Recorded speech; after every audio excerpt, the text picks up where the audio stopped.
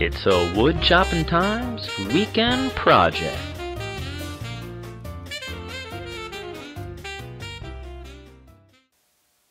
Hello, fellow wood chopperoos. Chad the Big Chopperoo and Safety Dan here. Hey. In today's episode, we're going to build this small little storage unit. Now, recently I was asked to make this for some ladies at a salon. And typically I charge for something like this, but seeing as I think they liked me, well, I decided to do it for free. In your dreams! So let's get started and build our storage unit. So here's the pieces I'll be using. I have 5/8 thickness for the back and bottom. I have 3/8 for the sides and front, and 1/4 inch for the bottom of the shelf.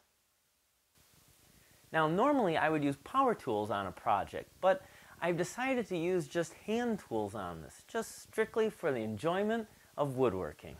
What do you mean, no power tools? You don't think you need my advice? No, it's not like that at all. I'm going to talk to the boss. But I am the boss. I'm starting with the back piece where I want to make the arch. I'm going to do this by using a compass, and then I'm going to cut it out with my bow saw.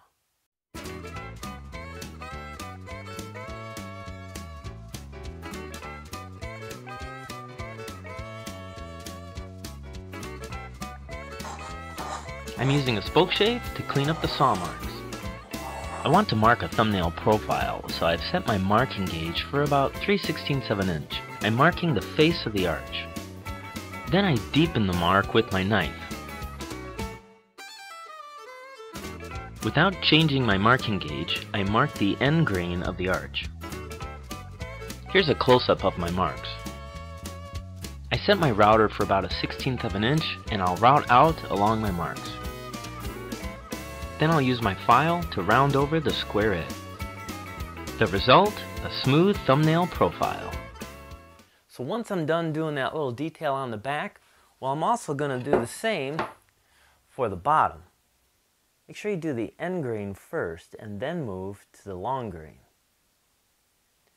I next want to move on to my side pieces. Now they're already cut to the length and height that I want, but I want to make them with these curves.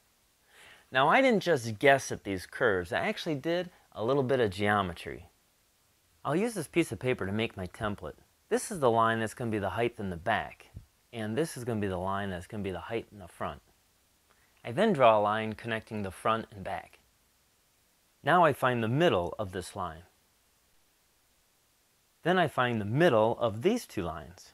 From these two lines, I'll make longer lines that are 90 degrees. Setting the compass so that it lands at both these points, I can now make my arch.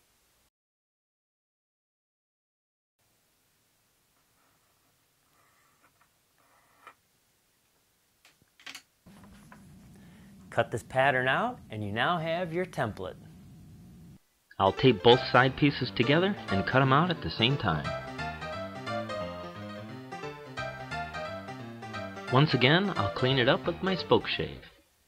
I'm going to connect my sides with dovetails. If you'd like to see how I hand cut my dovetails, check out my video right here on YouTube. Now that my dovetails are done, it's time for me to put a bottom in this first shelf unit. So I've got these thin strips of wood that I'm just going to glue and clamp to the inside of this. And then I have a 1/4 inch piece of plywood because the plywood won't expand as much as a regular piece of wood, which I'll drop in and glue for the bottom of the shelf.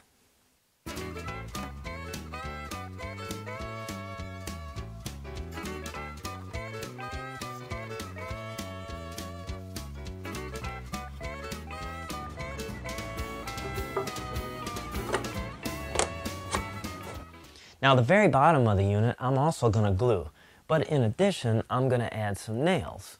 So I'm first going to pre-drill it.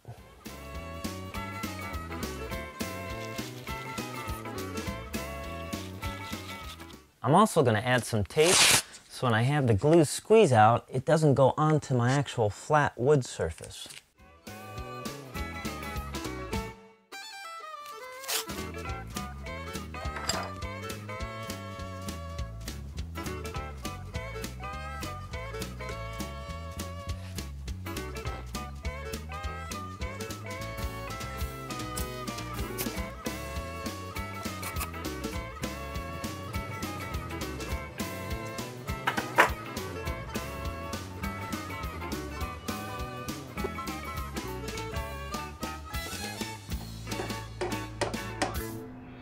I've done my final sanding and I'm ready for my finish. Now the finish is going to soak into the end grain, which really accent these dovetails. However, on the arch, I don't want it soaking into the end grain, so I have a tip first. I'm using some clear sanding sealer or clear shellac to seal in the pores on the end grain. So I'm using a 50-50 mixture of boiled linseed oil and pure gum turpentine. The turpentine will thin the oil out so it'll allow it to soak in deeper into the wood. Keep applying the oil until it's all soaked in. After about 20 or 30 minutes, wipe off any of the excess oil that's on it and make sure you properly dispose of these rags. Oily rags can spontaneously combust, so make sure that you put them in a closed metal container.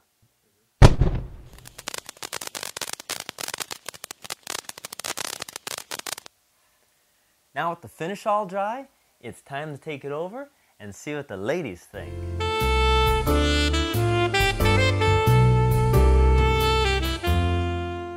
Thanks, Safety Dan. We love it.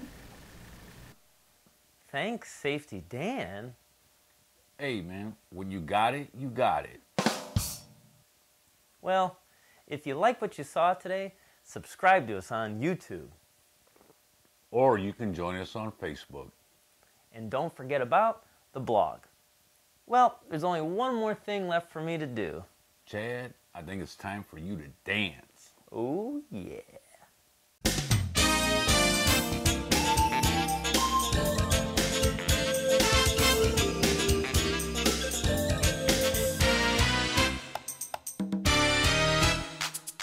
Later, dude.